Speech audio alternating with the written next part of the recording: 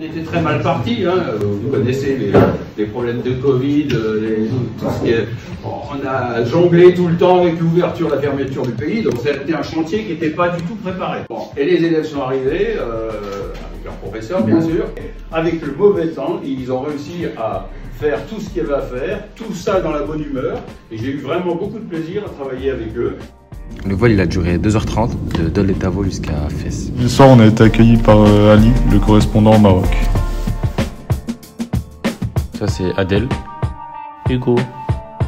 Titouan. Nazim. Thomas. Nazim, qu'est-ce que t'en penses du Maroc? Incroyable.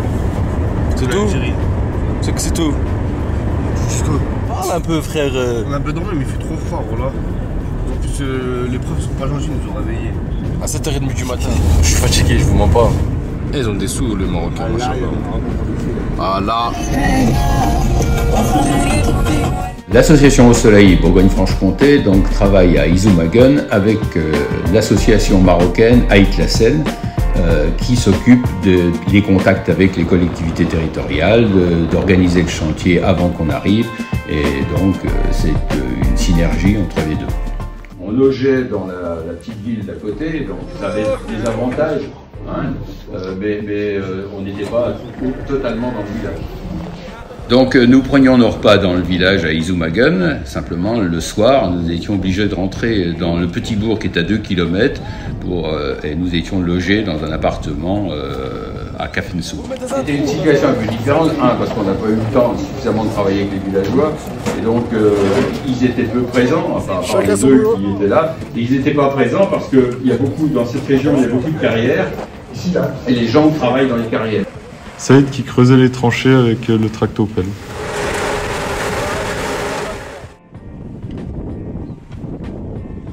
Alors ce forage de 75 mètres, Ibrahim avait mis sa petite pompe dans le puits. On n'a pas pu enlever la pompe d'Ibrahim, donc il a fallu faire intervenir une foreuse pour pousser la pompe au fond du puits. Donc chaque jour il y avait 2 différentes équipes, une qui était au local en bas qui faisait la plomberie et une équipe au-dessus avec Monsieur Lenormand qui s'occupait de la structure des panneaux solaires. C'est bon Nazim, Voilà, quand ils sont ferrés, voilà. Et donc après ils s'alignent tous là. Ah ouais? C'est très bien le Maroc. Ma mère. Oh là, j'ai peur. C'est bien dans le camion. C'est là.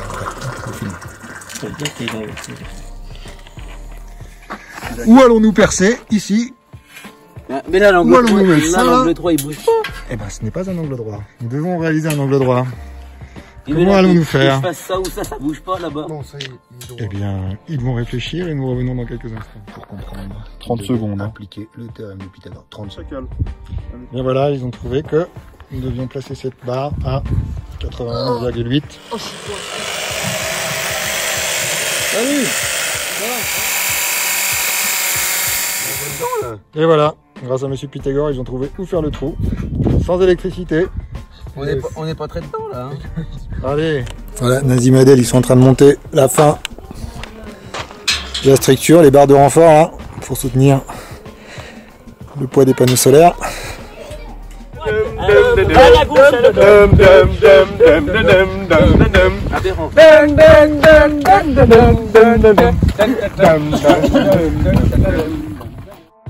Les panneaux solaires ont été raccordés électriquement par les élèves et Monsieur Lenormand. On n'attend plus que le soleil.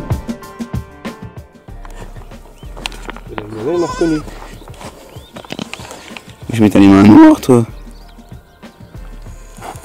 Alors combien de mètres de câble là à tirer là? Ah, il y a encore beaucoup. On va manger.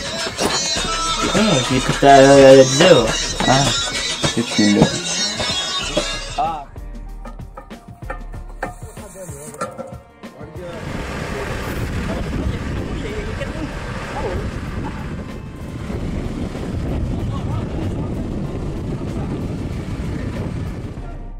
Pas vraiment vu sur les photos, mais un matin on s'est levé, le Moyen Atlas était couvert de neige jusqu'à 1500 mètres.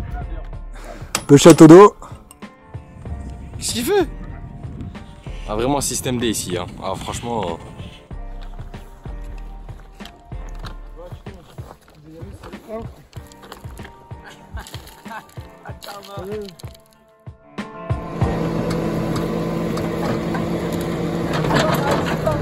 Château d'eau au puits, on a à peu près 270 mètres de tranchée qui viennent d'être terminés après un problème technique sur la pelleteuse.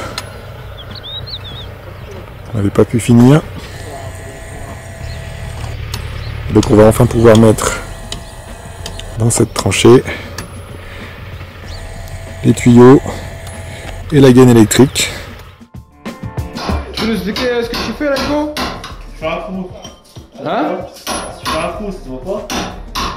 Regardez la magnifique structure. Bien joué, bien joué. Merci. Bon, il y a Monsieur Gentil qui est en train de péter tout le béton que notre maçon avait fait là. Maîtrise du burin parfaite. Ici, Et Hugo il fait rien. la descente. Et là, on voit bien l'arrivée de l'électricité et de l'eau. Et les deux câbles sont maintenant rentrés dans les tranchées qui nous amènent au local technique qui est en bas. Le local technique a été construit par le maçon du village avant notre arrivée. L'équipe qui raccorde le château d'eau. T'as fini au-dessus, Thomas? Nickel, normalement. Bah, j'ai pas fait trop profond, j'ai fait à la même profondeur que vous. Mais normalement. Assez pour mettre une petite chute. Vous filmez là-dessus? Ah ouais, quand même. Donc on a mis les deux doigts, voire un doigt. Ça rentre comme papa dans maman. J'aime bien tes commentaires. Alors là, ils sont en train de finir de raccorder le château d'eau.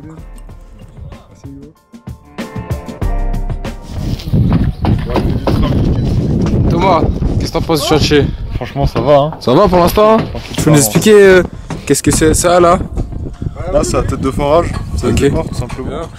Et le tuyau là, c'est quoi? De départ? Non, il y en a, c'est pour les lecs, puis l'autre, c'est pour l'eau. Ok, très bien, bien joué. Nous avons monsieur le Normand. Moi, je tiens les briques. Il tient les briques, voilà. Et à droite. Voilà, il faut que ce soit droit.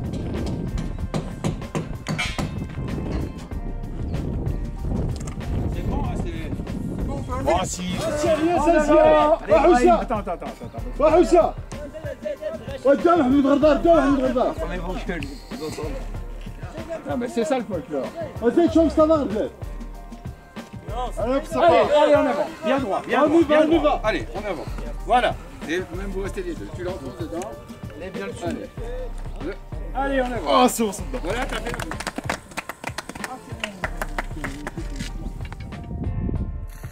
Oh là là!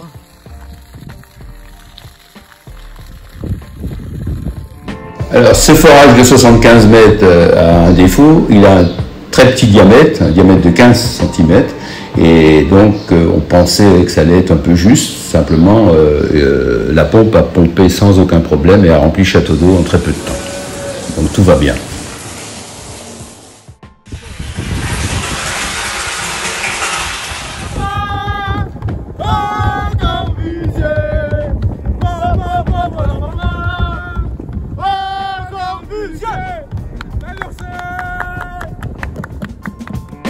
Donc à la fin du chantier, nous sommes partis vers le sud. Deux raisons à cela. Premièrement, découvrir des anciens chantiers réalisés par d'autres élèves et aussi découvrir d'autres paysages, notamment le paysage de l'Erkchebi avec sa dune de sable très célèbre.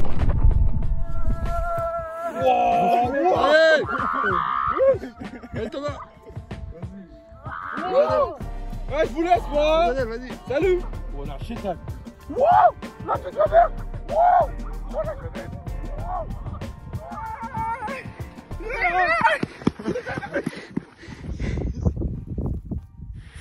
Alors ce projet était vraiment très bien, c'était une très belle aventure humanitaire. Ça nous a appris beaucoup de choses, vivre en communauté par exemple avec toute notre classe, c'était très bien.